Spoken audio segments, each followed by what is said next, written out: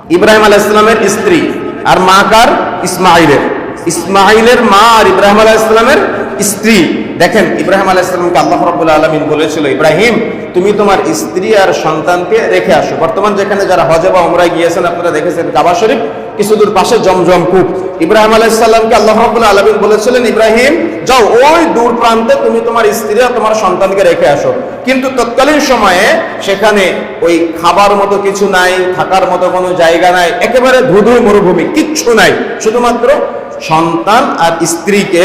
বর্তমান যেখানে কাবা শরীফ জমজম আপনারা দেখবেন ওরা আশপাশে পাহাড় ছাড়া আর কিচ্ছু নেই, শুধু পাহাড়, চারপাশে শুধু পাহাড়।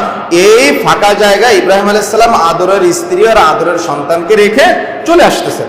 পিছন দিক থেকে স্ত্রী শুধু জিজ্ঞাসা করলেন, ইব্রাহিম আপনি যে আমাদের এখানে রেখে যাচ্ছেন এটা কি আল্লাহর নির্দেশ? বলেন তো কি বুঝলেন আপনি? আমি আপনাকে বুঝাতে পারি নাই, আপনি বুঝেন ভালো করে। যেখানে খাবার নাই, যেখানে পানিও নাই, যেখানে বাসস্থান নাই, যেখানে লোকজন নাই, ছোট্ট একটা বাচ্চাকে কোলে নিয়ে স্ত্রী বলছে, ইব্রাহিম আপনি যে আমাদের এখানে রেখে যাচ্ছেন, ইব্রাহিম এটা কি আল্লাহর নির্দেশ? আল্লাহু আকবার। ইব্রাহিম আলাইহিস সালাম স্ত্রী আপনার স্ত্রীর মতো বলে নাই যে বছরে একদিন শাড়ি কিনে দিতে পারো নাই, শুধু আমি বলে তোমার সংসার করতেছে, আর কেউ হলে করতো না। কি বলে না কথা আপনার স্ত্রী?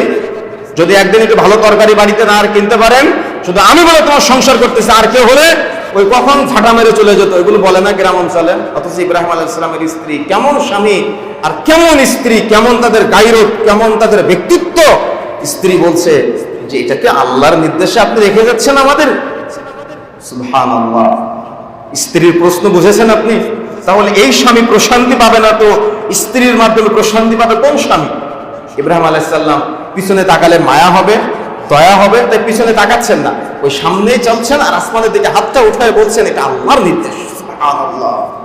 যেই মুহূর্তে ইব্রাহিম আলাইহিস সালাম বললেন এটা আল্লাহর নির্দেশ, ওই মুহূর্তে ইব্রাহিম আলাইহিস সালামের স্ত্রী মনে মনে চিন্তা করলেন যে আল্লাহ আমাকে এই মরুভূমির মাঝে রেখে যাওয়ার জন্য বলেছে আমার স্বামীকে, আমার নিশ্চয়ই আমার ওই আল্লাহ আমার খাদ্যের ব্যবস্থা করবে, আমার ওই আল্লাহ আমার পানির ব্যবস্থা করবে, আমার ওই আল্লাহ আমার বাসস্থানের ব্যবস্থা করবে। সুবহানাল্লাহ। সেই দিন ইব্রাহিম আলাইহিস সালামের স্ত্রীর দোয়া কবুল হয়েছিল। কাবা চত্বর কখনো ফাঁকা হয় না এখন পর্যন্ত। কেউ না কেউ তাওয়াফ করতেছে, কেউ না কেউ সাই করতেছে, কেউ না কেউ সালাত আদায় করতেছে। আলহামদুলিল্লাহ। কিভাবে মূল্যায়ন করবেন আপনি বিষয়গুলো? কিভাবে চিন্তা করবেন? কিভাবে আপনি বিবেচনা করবেন বলেন তো দেখি? আমার আপনার পরিবার গঠন, আমার আপনার স্ত্রী বাছাই, বা আমি আপনি নিজে দিনদার হওয়ার ক্ষেত্রে কতটুকু ইব্রাহিম আলাইহিস সালামের মতো হতে পেরেছি? গরু ছাগল কুরবানি করলে শুধু কুরবানি হয়ে গেল? কি মনে হলো? এগুলো শিখতে হবে না ইব্রাহিম আলাইহিস সালামের থেকে? পরিবার গঠন করা শিখতে হবে না? স্ত্রীকে কিভাবে আদর্শিত করতে হবে, দিনদার বানাতে হবে, পরহেজগার হিসেবে সমাজে প্রতিষ্ঠিত করতে হবে, এগুলো শিখতে হবে না ইব্রাহিম আলাইহিস সালামের থেকে? নিজে কেমন দিনদার হবেন, নিজে কেমন পরহেজগার হবে, এগুলো শিখতে হবে না? এগুলা কিচ্ছু শিখলাম না, শুধু সন্তানকে চাইলাম ইসমাইলের মতো। তাহলে ইসমাইলের মতো সন্তান পাওয়া যাবে?